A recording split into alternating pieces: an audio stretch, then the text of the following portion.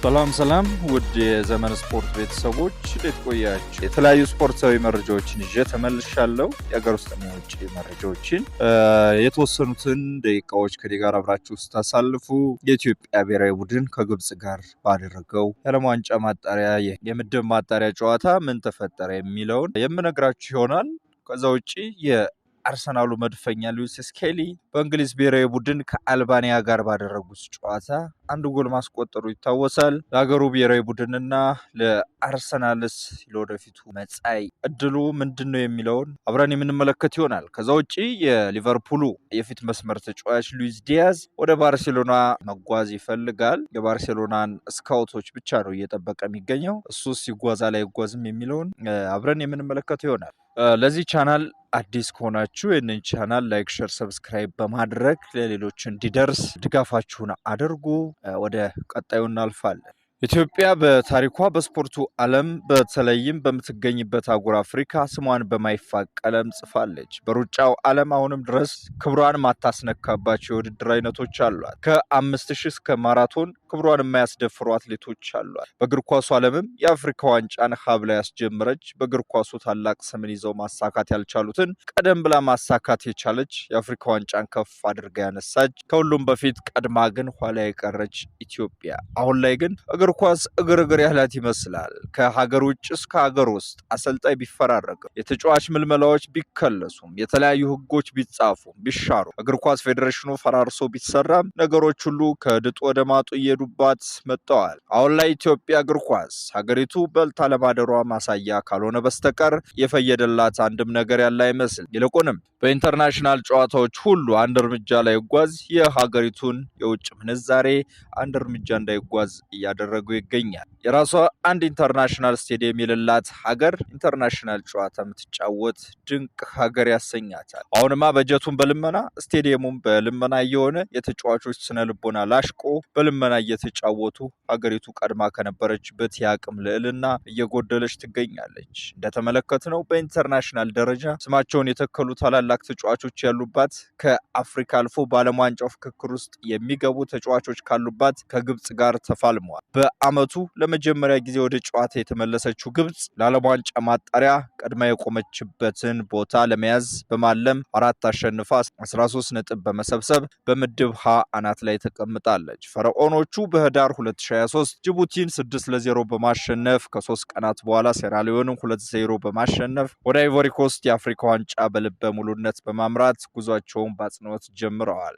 ሆኖም በ16ኛው ዙር በዲሞክራቲክ ሪፐብሊክ ኮንጎ ሽንፈትን አስተናግደው በመውጣታቸው የአፍሪካ ፍልሚያቸው ከተጠበቀው በታች መሆን ችሏል። ይህም የቀድሞ ዋና አሰልጣኝ ሩድ ቪቶሪያን አሰናብቷል። ግብጽ በኦሳማ ሰም መሪነት የማጣሪያ ጨዋታዋን ቀጥላለች። በመጀመሪያው ውድድር ዘመን ቡርኪና ፋሶን በሜዳው መሪነት እንዲያሸንፉ መርቷቸዋል። ነገር ግን ብዙም ሳይቆይ በጊኒቢሳው 1-1 በሆነ ውጤት ተለያይተዋል። በሰኔ ወር ከመጨረሻ የዓለም ዋንጫ ማጣሪያ ጨዋታቸው ጀምሮ ፈርዖኖቹ 8 ጨዋታዎችን ተጫውተው በመጀመሪያዎቹ 4 ጨዋታዎች በማሸነፍ በመጨረሻዎቹ ጨዋታዎች 4 ጨዋታዎችን ያለ ድል መጓዝ ችለዋል። ከነዚህ ጨዋታዎች ውስጥ የመጀመሪያዎቹ 6 ጨዋታዎች የተከናወኑት በአፍኮን ቅድመ ማጣሪያ ሲሆን ግብጽ በ14 ነጥብ 4 አሸንፋና 2 አቻ ወጥታ ምድቧን በሞሮኮ ውድድር ላይ መመዝገብ ችላለች። በቅርቡ ያደረጓቸው 2 ጨዋታዎች በአፍሪካ ሻምፒዮንሺፕ ማጣሪያ ሲሆን በአጠቃላይ የ4-2 ሽንፈትን አስተናግደው ደቡብ አፍሪካ ላይ 1-1 በሆነ አቻ ውጤትና በመልሱ ጨዋታ በሜዳው በተደረገው አስደንጋጭ ሽንፈት 3-1 መውጣት ችለዋል። በዓለም ዋንጫ ማጣሪያ ምድብ 2ኛ ደረጃ ላይ የምትገኙ ጊኒቢሳው በ4 ነጥብ ብልጫ የምትበልጠው የአሰም ቡድን ኢትዮጵያን በማሸነፍ መሪነቱን አሰፍቷል። ይህ በእንዲህ እንዳለ ኢትዮጵያ በመሳይ ተፈሪ መሪነት በሞሮኮ የአህጉሪቱ ትልቅ ውድድር ትኬት ማግኘት ባለመቻሏና ለ2024 የአፍሪካ ሀገራት ሻምፒዮና ማለፍ ባለመቻሏ ከተከታታይ ተስፋ አስቆራጭ ጨዋታዎችን አድርጋለች። ተፈሪ አሰልጣኝነቱን የተረከቡት ከመጨረሻዎቹ 2 የአፍሪካ ዋንጫ ማጣሪያ ጨዋታዎች በፊት ቢሆንም ዋሊያዎቹ ከምድብ ኤች በጎረቤት ሀገር ሱዳን 4-1 በሆነ አሳፋሪ ውጤት ተሸንፈዋል። ኢትዮጵያ በዓለም ዋንጫ ለማለፍ የምታደርገውን ጥረትም ከውጤት የራቀ ነበር። ምክንያቱም በ4 ጨዋታዎች ምንም ማሸነፍ ባለመቻሏ ቀድማ ቦታዋን ማወቅ ችላለች።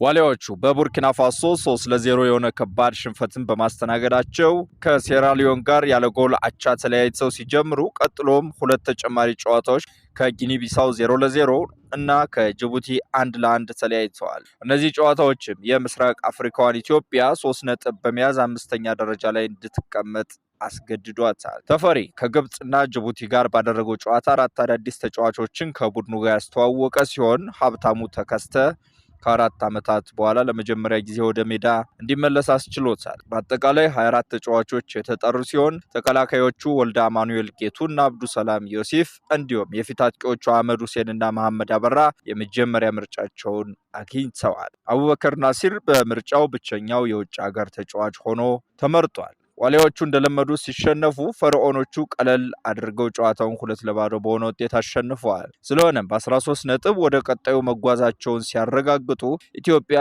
ለምድብ ማሟያ ብቻ ነው የተጫወተችው። እንግዲህ ኢትዮጵያን በዓለም ዋንጫው በተከታታይ እንድትሸነፍና አሳፋሪ ውጤት እንድታስመዘግብ እያደረጓት ይገኛሉ። የተለያዩ ምክንያቶችን ማንሳት እንችላለን። የተጫዋቾቹ ቆራጥ ውሳኔ አለመኖር፣ በአቅማቸው ልክ መጫወት አለመቻል፣ እንዲሁም የፌዴሬሽኑ የተለያዩ ችግሮችን ማንሳት እንችላለን። እንግዲህ እነዚህ ችግሮች ተቀርፈው ደግሞ የሚመጡትን የተለያዩ የዓለም ዋንጫ ማጣሪያዎችን፣ የአፍሪካ ዋንጫ ማጣሪያዎችን እያሸነፍን ወደ ቀጣዩ የምንጓዛባቸው ጊዜያቶች ይኖራሉ። እሱንን በተስፋ መጠበቅ ነው። ከዛ ውጭ ለኢትዮጵያ እግር ኳስ አፍቃሪ ማህበረሰብ ይሄ እጅግ አሳፋሪ ሆኖ እየመጣ ይገኛል። ወደ ቀጣዩ ስናልፍ ዴክላን ራይስ የአርሰናልና የእንግሊዝ የቡድን አጋሩ ማይልስ ሉዊስ ስኬሊ በአልባኒያ ጨዋታ ላይ ባስቆጠረው የመጀመሪያ ኢንተርናሽናል ጎል በኋላ ፌርለስ ሲል የቡድን አጋሩን ገልጾታል። በ3 የአልባኒያ ተጫዋቾች አሳልፎ ኳሷን በመስጠት ጁዴ ቤሊንግሃም ትልቅ ስራ መስራት ችሏል። ከሃሪኬን እኩል የሆነ ጣፋጭ አጨራረስ በመጨረስ ሉዊስ ስኬሊም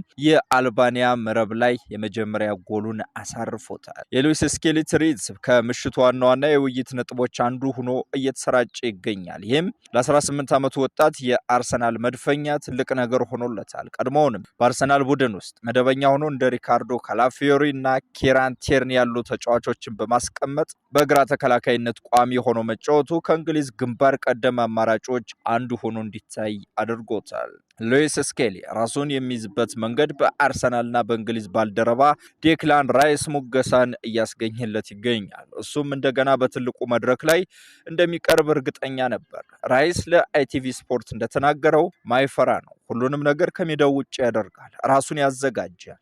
እኔ የምችለውን ያህል እሱን ለመንከባከብ እሞክራለሁ ሲል ተናግሯል። ዛሬ ምሽት እንደዚያ እንደሚጫወት አውቅ ነበር፣ ምክንያቱም በእሱ ላይ ባለኝ እምነትና ሳምንቱን ሙሉ የሰለጠነበት መንገድ በክለቡ ውስጥ የሚያሳየው ነገር እንዲህ ማድረግ እንደሚችል ማሳያ ነው ብለዋል። የቡድኑ አሰልጣኝ ቶማስ ቱዌልም ሲናገር ማይልስ በአፈጻጸሙ ሁላችንም ደስ አሰኝቶናል።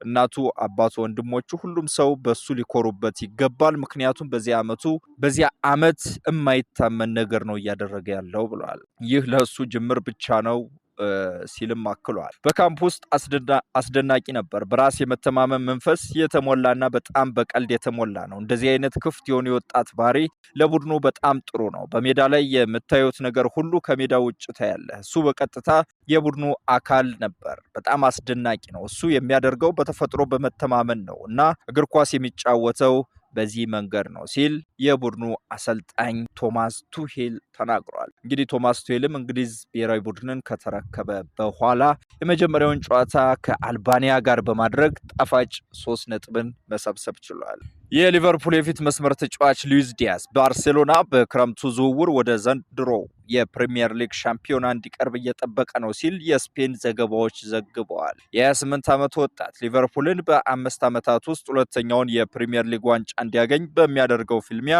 በአርኔ ስሎት ቋሚ አፈጻጸም አሳይቷል። ዲያዝ ለሊቨርፑል አስደናቂ የሆነ ሁለገብነት አሳይቷል። ከግራ መስመር በመቀየር አንዳንድ ጊዜ የማያውቀውን የመሃል ሜዳ ሚና በመጫወት ለዳርዊን ኑኔዝ ከተቀያሪ ወንበር ላይ በመደበኛነት የመመልከቻ አማራጭ ሲሰጥ፣ ዲያጎ ጆታም በጉዳትም ቢሆን ተጫውቷል። ኮሎምቢያዊው በሁሉም ውድድሮች 13 ግቦችን አስቆጥረዋል። ካለፈው የውድድር ዓመት ጥረቱ ጋር የሚጣመር ነው። ነገር ግን ወደ ባርሴሎና የመዛወር ፍላጎት መያዙን ገፍቶበታል። የሊቨርፑሉ ኮንትራቱ ወደ ተጠናቀቀ 2 ዓመታት ሲያመራ የኑኔዝ ጆታ የወደፊት ጣፈንታ እርግጠኛ ለመሆንና በቅርቡ መሐመድ ሳላህ ኮንትራቱ ሊቋረጥ ስለሚችልበት ሁኔታ ዲያዝ ይቆይ አይቆይ ግልጽ አይደለም። ነገር ግን የቀድሞ የፖርቶ ኮከብ አዲስ ፈተና የመፈለግ ፍላጎት እንዳለው ካሳየ ውሳኔ በራሱ ሊሰጥ ይችላል ይችላል እየተባለ የስፔኑ ህትመት ጋዜጣ ሙንዶ ዲፖርቲቮ ለተጫዋቹ ቅርብ የሆኑትን ምንጮች በመጥቀስ ዲያዝ ባርሴሎና በዚህ ክረምት የዝውውር ጥያቄ ለማቅረብ መዘጋጀቱን እና ለመዘጋጀቱን ለማወቅ እየጠበቀ መሆኑን ገልጾ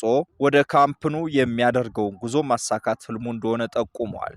ዘገባው የቀጠለ ሲሆን ሊቨርፑል አሌክሳንደር ኢሳቅን ከኒውካስል ዩናይትድ ለማስፈረም ያለው ፍላጎት የክለቡን እጅ ሊያስገድድ እንደሚችል ገልጿል። የተጠየቀው ዋጋ ከ100 ሚሊዮን ፓውንድ በላይ በሆነ ዋጋ ክለቡ የፕሪሚየር ሊጉን የትርፍና የዘላቂነት ህግጋት እንደሚያከብር ለማረጋገጥ የግዴታ ሽያጭ ያስፈልጋል። እንግዲህ የሳውዲ ፕሮ ሊግ ደሞዝ በሚነሳበት ጊዜ ሊቨርፑልና ባርሴሎና ከዕዳ የሚያወጣ ከቀረጥ ነፃ የሆነ ውል ሊያቀርቡ እንደሚችሉ በማወቅ የዲያዝን ሁኔታ ይከታተሉታል ተብሎ ይታሰባል።